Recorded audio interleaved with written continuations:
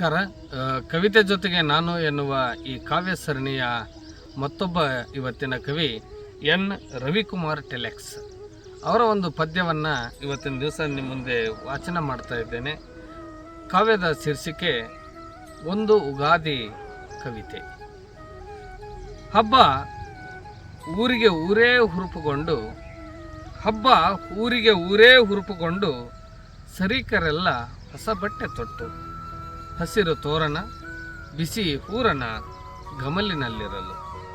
ಹಬ್ಬ ಊರೇ ಹುರುಪುಗೊಂಡು ಸರೀಕರೆಲ್ಲ ಹೊಸ ಬಟ್ಟೆ ತೊಟ್ಟು ಹಸಿರು ತೋರಣ ಬಿಸಿ ಹೂರಣ ಗಮಲಿನಲ್ಲಿರಲು. ಕದವಿಕ್ಕಿಕೊಂಡು ಕತೆ ಹೇಳುತ್ತಿದ್ದಳು ನನ್ನವ್ವ. ಬರಡಾದ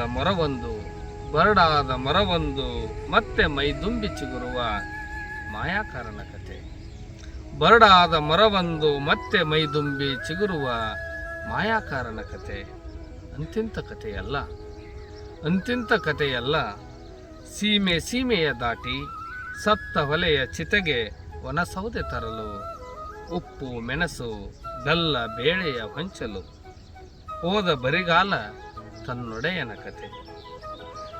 ಸೀಮೆಯ ದಾಟಿ ಸತ್ತ ಒಲೆಯ ಚಿತೆಗೆ ಒಣಸೌದೆ ತರಲು. ಉಪ್ಪು ಮೆಣಸು ಬೆಲ್ಲ ಬೇಳೆಯ ಹೊಂಚಲು. ಹೋದ ಬರಿಗಾಲ ತನ್ನೊಡೆಯನ ಕತೆ. ಜೋಳಿಗೆ ಹಿಡಿದ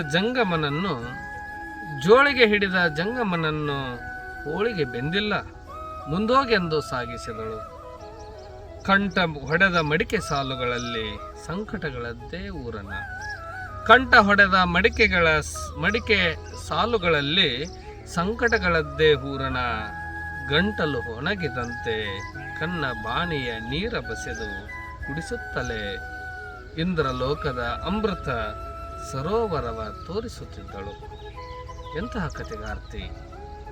ಎಂತಹ ಕತೆಗಾರ್ತಿ ಗೊತ್ತಾ ನನ್ನವ್ವ. ಕತೆ ಮುಗಿಯುತ್ತಲೇ ಇಲ್ಲ.